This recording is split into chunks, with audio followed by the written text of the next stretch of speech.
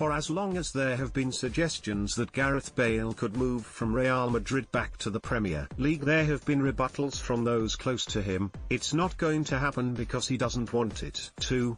Since the end of last season the knockbacks have continued, but the reasoning has begun to change. It's not going to happen because no one will pay Real Madrid the money to sign him. He doesn't want to, has become he can't. When Bale spoke to Sky Sports on Wales Duty on Wednesday, he appeared to confirm that his staying at Real Madrid is no longer about his desire to see out the 2 years left on his contract. Now it's more a question of Madrid's refusal to help him leave. They blocked his exit out of the club last summer when he had agreed to become the flagship foreign footballer of the China Super League. China seems to have waned as an option, but Asia's loss could be the Premier League's gain, if Madrid help make it happen. When Bale sat down with for an interview in September 2017, he was asked about the possibility of going back to Spurs one day. He opted, politely, not to answer.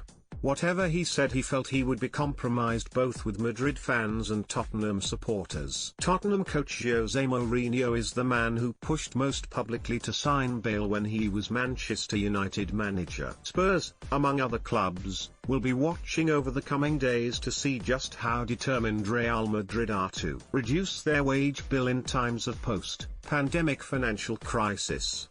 Will they follow Barcelona's lead by helping high-earning players on their way? Barcelona have just allowed Ivan Rakitic to join Sevilla for an initial fee of just £1.3 million.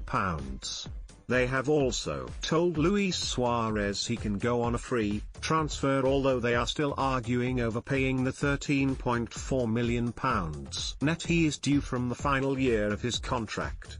And Arturo Vidal also seems to be heading for the exit on a cheap transfer. Bale is different. He has 2 years left, earns £15.2 million net a season, and, as reported on Thursday, Real Madrid have little appetite for negotiating his remaining 2 years. Marca have reported that Real Madrid want a meeting with Bale's representatives from Stella Group, but there is nothing set in stone yet, and any coming together will have to be instigated by the Spanish club. Real Madrid have a huge wage bill and the prospect of tumbling revenue going into next season, still with no supporters in the stadium, no tours to North America or Asia on the horizon, and no football tourism. They need to sell Bale more than he needs to leave. Although even regards the question who needs it more, the dynamic has altered slightly. Bale opted not to travel to the Champions League last 16 seconds leg against Manchester City last month. Such was his conviction that Zinedine Zidane would not be picking him, or using him as a substitute, regardless of the circumstances of the game. He has the Euros next summer, probably his last, and going an entire season without playing would not be the right preparation. Madrid's urgency to get rid of Bale has diminished slightly with the likely departure of James Rodriguez to Everton, but he remains an expensive squad player they can ill afford. In that interview in 2017 he said that Tottenham was where he grew up as a player. I have a lot of great memories from my time there.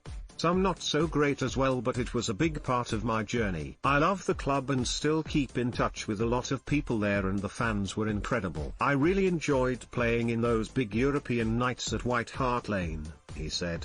There would be no Champions League and no White Hart Lane if he goes back, but he has opened the door to going there, or somewhere that will take him away from the Madrid bench. Madrid's willingness to make it work financially will be key. It remains difficult to pull off, but as his comments to Sky Sports, if those options arise, interest from Premier League clubs, it is something I'd look at for sure, show he is no longer the biggest obstacle to it happening.